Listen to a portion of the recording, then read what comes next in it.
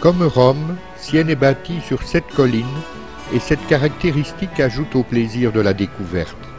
À tout moment, on peut déboucher d'un labyrinthe de maisons médiévales pour découvrir la ville s'offrant tout entière au regard.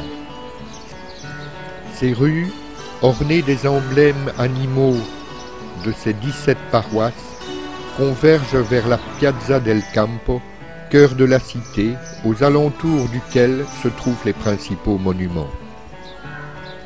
Les édifices qui entourent le cœur géographique et historique de Sienne rappellent l'âge d'or que connut la cité de 1260 jusqu'en 1348, année où la peste fit rage, emportant un tiers de sa population.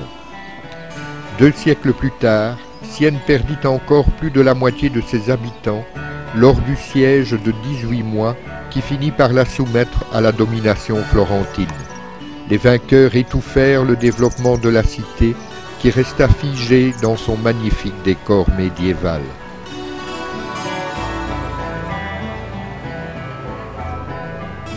L'église San Domenico, commencée en 1226, se poursuivit par étapes jusqu'en 1465.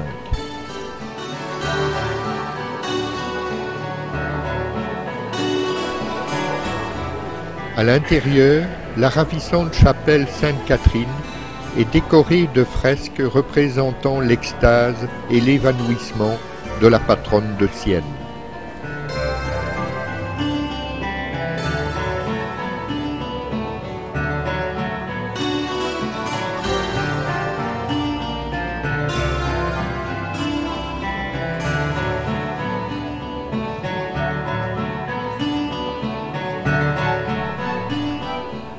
Le reliquaire en marbre sur l'autel contient la tête de la sainte.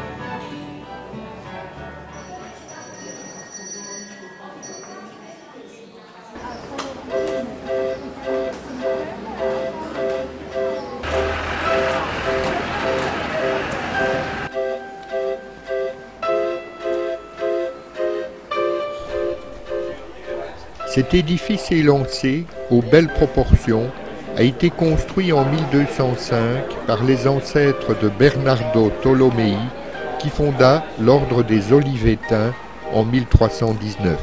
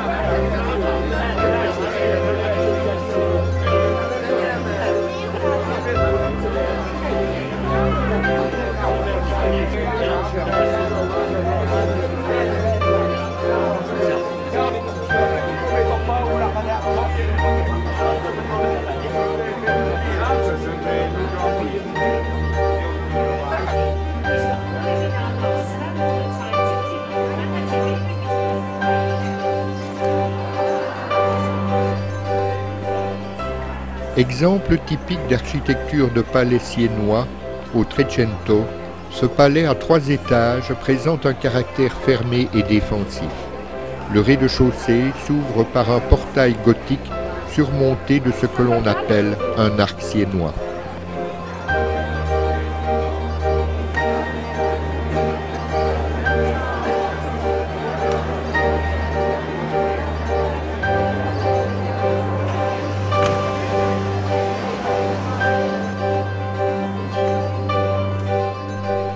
Cette halle de corporation, se situant à la limite du gothique et de la Renaissance, a été construite de 1417 à 1444.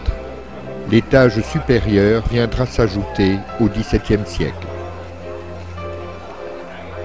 Les statues représentent les saints patrons de la ville. Ils appartiennent aux allégories du bon gouvernement à qui les citoyens adressaient une prière en passant en espérant leur soutien dans le déroulement de leurs affaires commerciales.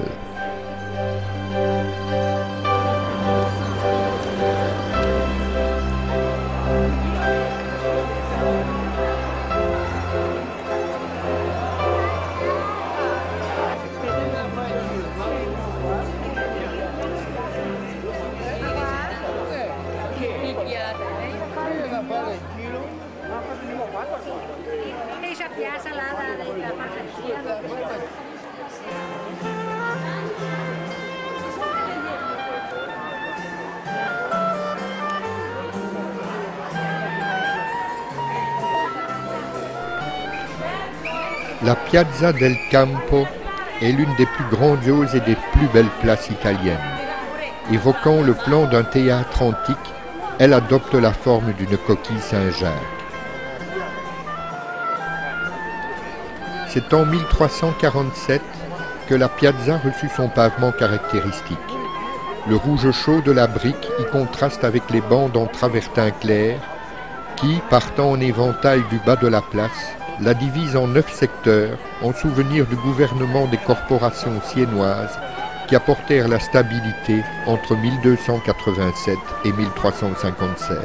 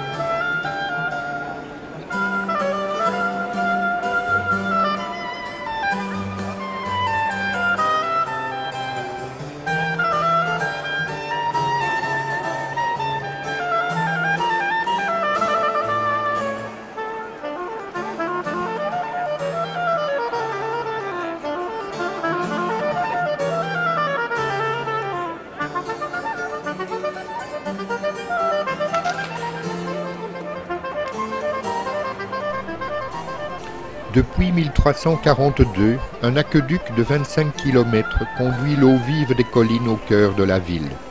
Presque au centre de l'hémicycle de la Piazza del Campo, à la limite supérieure du pavement de briques, se dresse la monumentale Fonte Gaia, fontaine joyeuse ou fontaine de la joie, ainsi nommée en souvenir de son inauguration en 1414 sous les applaudissements de la population. Le parapet de marbre de la fontaine, quadrangulaire, est richement orné de bas-reliefs. On y reconnaît la création d'Adam, les vertus espérance, force, prudence, justice, charité, tempérance et foi, 2 anges, une vierge à l'enfant et Adam et Ève chassés du paradis.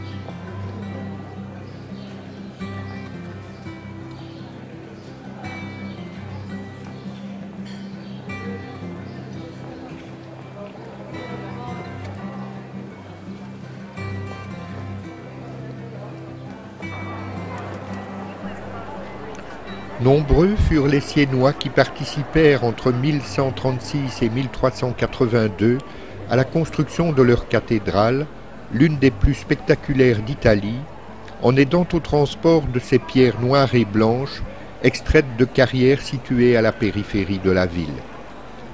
La décision de lui donner 3 nouvelles nefs, prise en 1339, devait faire de ce dôme la plus grande église de la chrétienté. L'épidémie de peste qui ravagea la cité mit un terme à ce projet et l'extension inachevée abrite aujourd'hui un musée.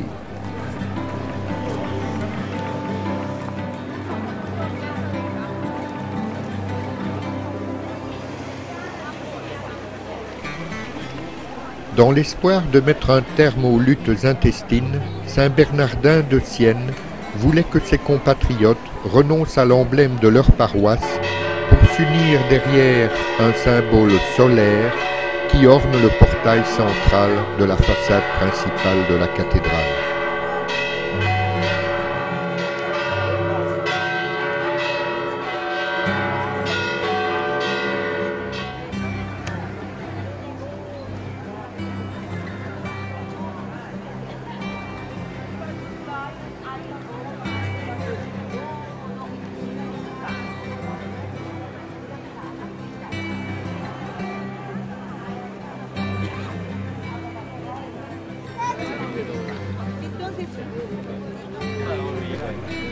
La façade connut 2 étapes, 1284 à 1297 pour les portails et 1382-1390 pour le reste. La plupart des statues de la façade ont été remplacées par des copies. Les originaux se trouvent aujourd'hui au musée dell'Opera del Duomo.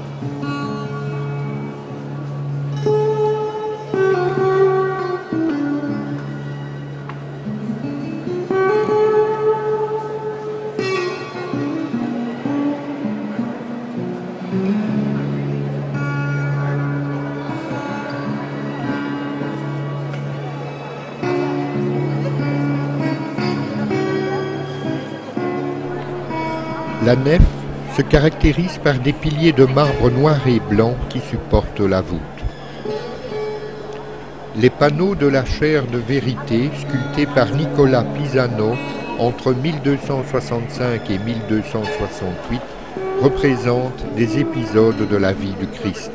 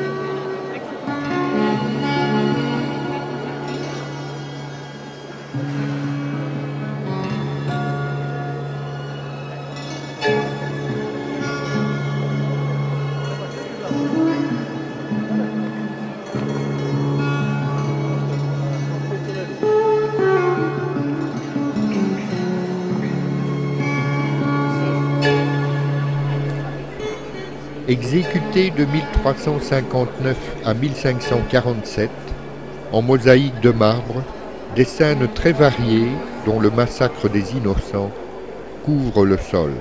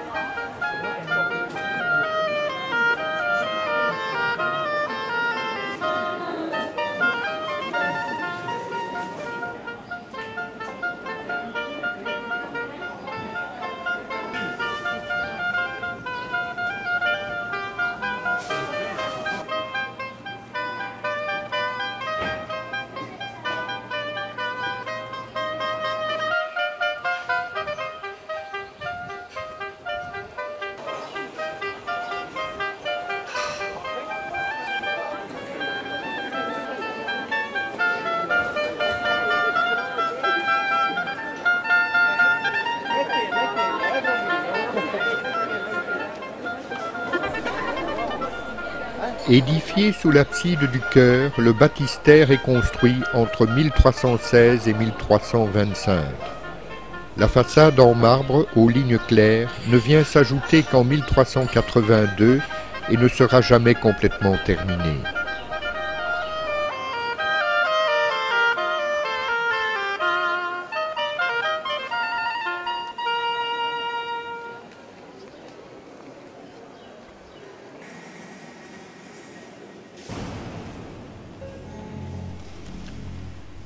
À l'intérieur, autour des fonds baptismaux en marbre blanc, la richesse des fresques du plafond et de l'abside confère à l'espace un éclat solennel.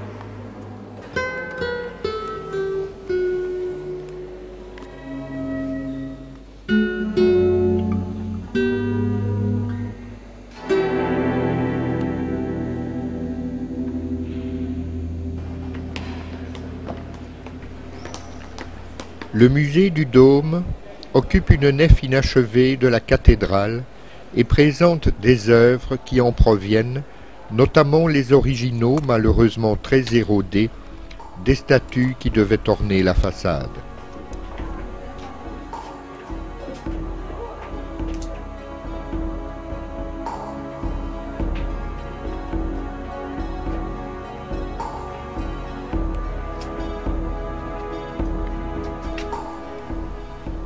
Au deuxième étage, un escalier permet d'accéder à une loggia offrant une belle vue de la ville et de la campagne environnante.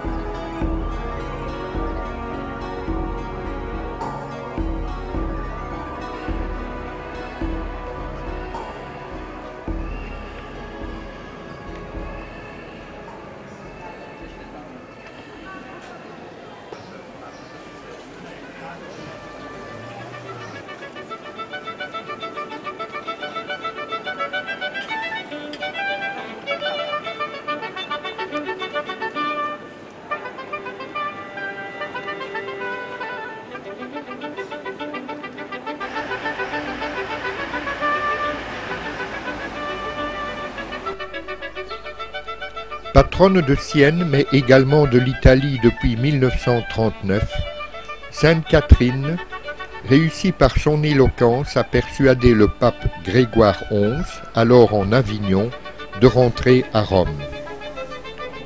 Sa maison, entourée de chapelles et de cloîtres, est un lieu de pèlerinage pour de nombreux Italiens.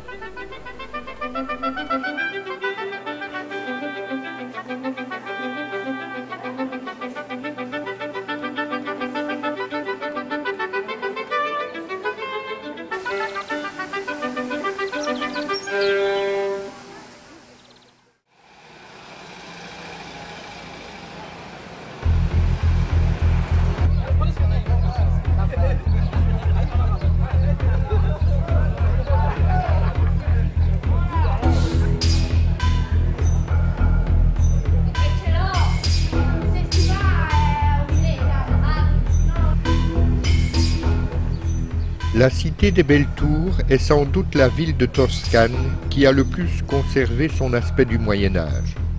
Les tours qu'elle dresse vers le ciel datent du XIIIe siècle. La ville en comptait alors 76, forteresse familiale et symbole de puissance. Il en reste aujourd'hui 13. Plusieurs d'entre elles dominent la Piazza della Cisterna avec ses palais des XIIIe et XIVe siècles.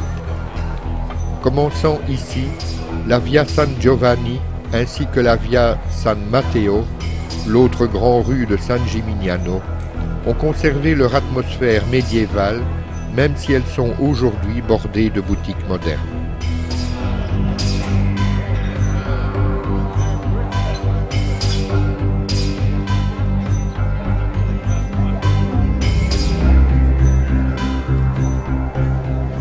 Sur la Piazza del Duomo de San Gimignano, la collégiale Santa Maria Assunta est l'édifice le plus imposant après le Palazzo del Popolo et le Palazzo del Podesta, le centre religieux et le centre profane de la ville médiévale étaient donc réunis.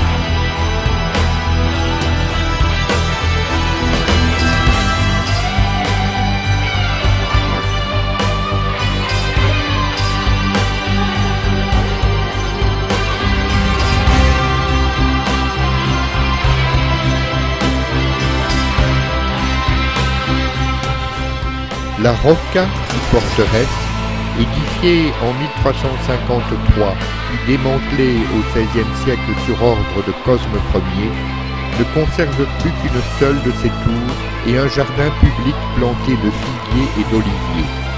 Les promeneurs y ont une vue superbe sur un paysage de vignobles séculaires.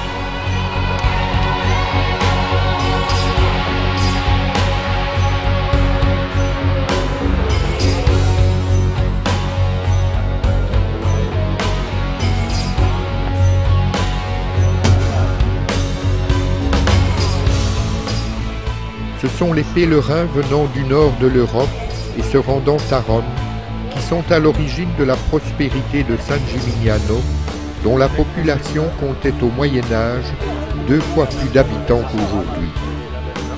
Après la peste de 1348 et l'abandon des pèlerins qui empruntèrent un autre itinéraire, la ville déclina lentement.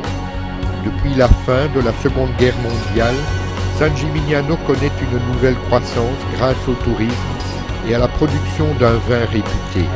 En outre, on pourra y découvrir de nombreuses œuvres d'art et d'intéressantes boutiques.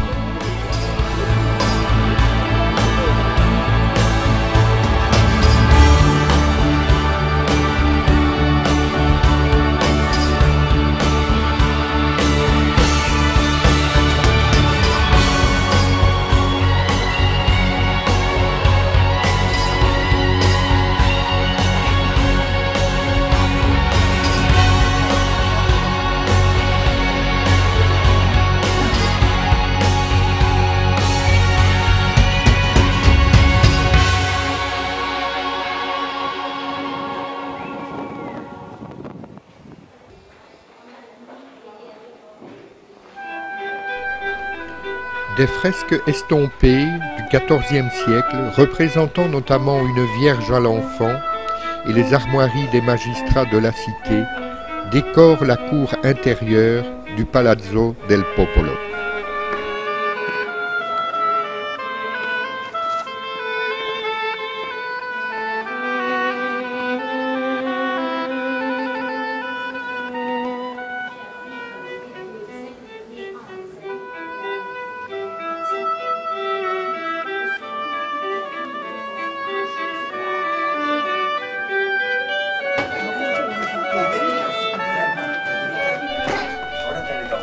Situé au sud de la Piazza del Duomo, le Palazzo del Popolo, siège de la municipalité, dresse vers le ciel depuis 1311 sa grosse tour, la plus haute tour de la ville. Ouverte au public, elle offre depuis son sommet, à 54 mètres de haut, une vue magnifique sur les environs.